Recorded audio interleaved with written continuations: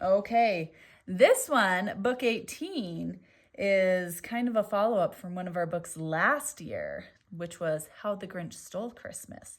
Book 18, though, is How the Grinch Lost Christmas, a sequel to How the Grinch Stole Christmas. Wow. Now, this one is not by Dr. Seuss. This one is actually written by Alastair Heim and illustrated by Aristides Ruiz, but it was based on the book How the Grinch Stole Christmas by Dr. Seuss. So let's see what story it holds.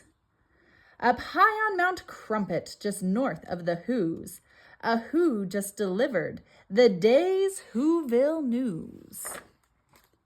The cave on Mount Crumpet was home to the Grinch, who sprung from his cave just enough, plus an inch, to stare down at Whoville from high up above it.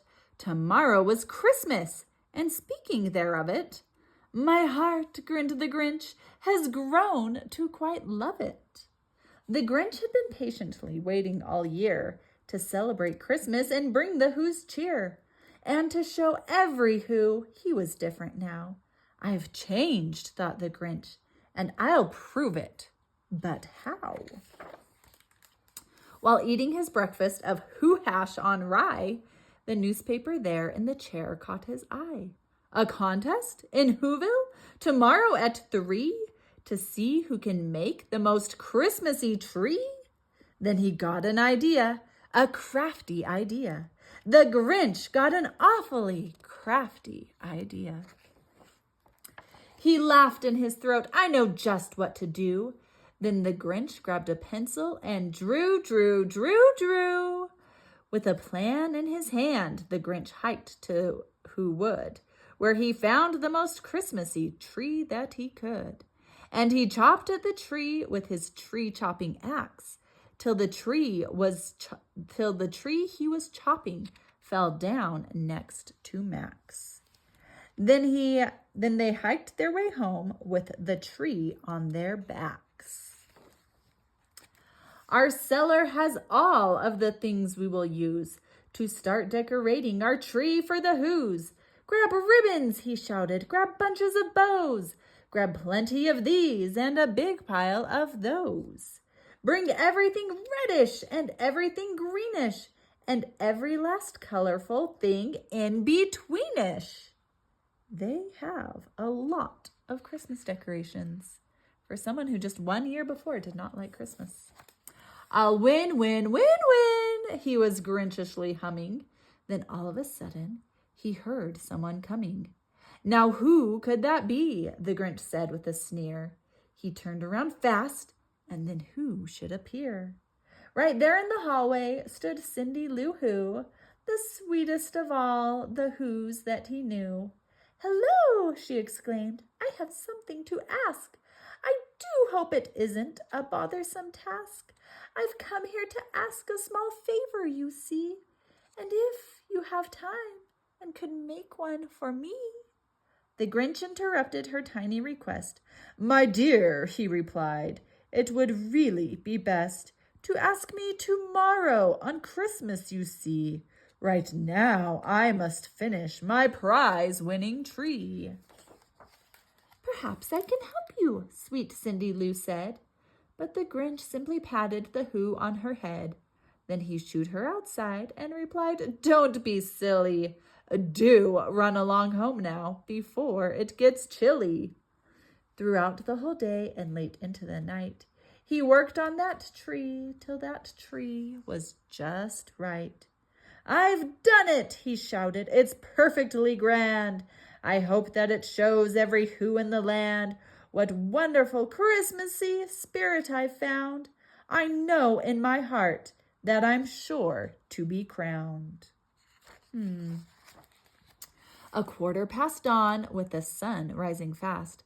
The Who's were awake. It was Christmas at last. The bells around Whoville were ringing and dinging. The Who's down in Whoville were merrily singing. The Grinch ran outside and cried, Christmas is here! At the sound of that ringing and sing a long cheer.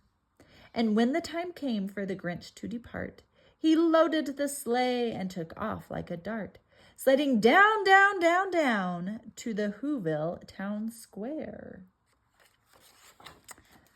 "Contestants," the Grinch heard the mayor declare, "it's time for the judges to judge all your trees. The rest of you who's, have a seat if you please."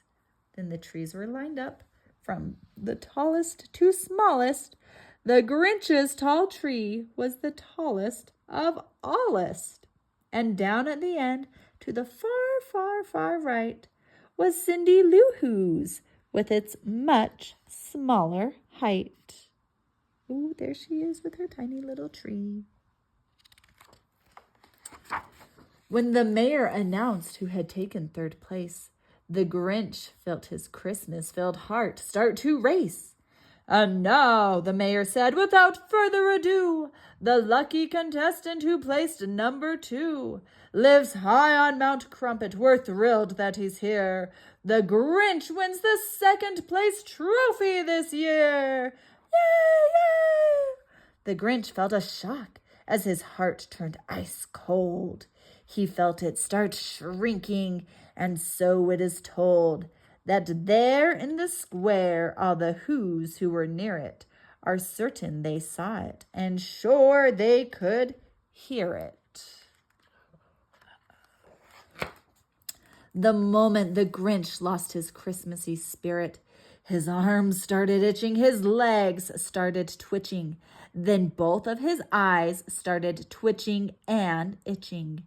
And that Christmas-filled heart, well, it shrunk down. "I've been robbed," the Grinch snarled, "and I'm through with this town." The Grinch stuffed his tree in his ramshackle sleigh. Then he lugged it and tugged it and hauled it away. As Max tried his hardest to get him to stay, the Who's were all speechless, unsure what to say.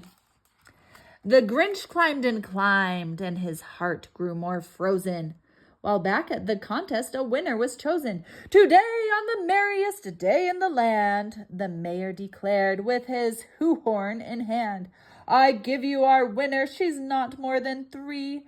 It's Cindy Lou who has made the best tree." The Who girl had asked every Who there that day to make her an ornament she could display. To celebrate Whoville and everyone in it, she'd enter the contest, not thinking she'd win it. The Grinch heard the mayor from high on the peak. Then Cindy Lou Who grabbed the Who horn to speak. "I wanted to make all of Whoville a tree, with ornaments each of you Who's made for me.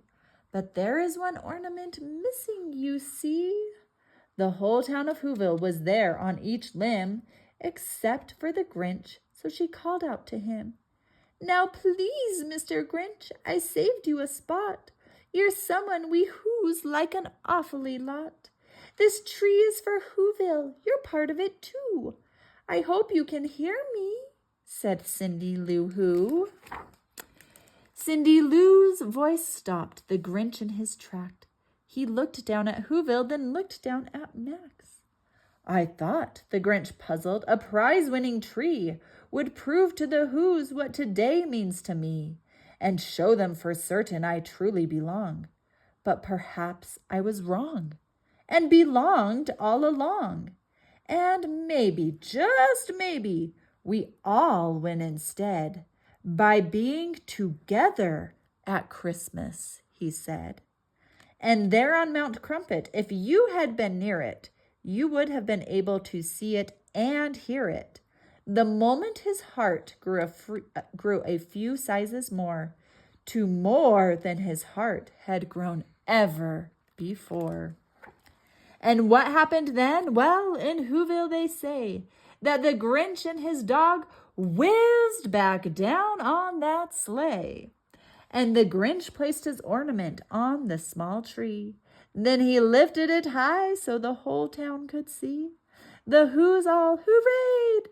And they jumped to their feet as the Grinch grinned and said, "Now our tree is complete."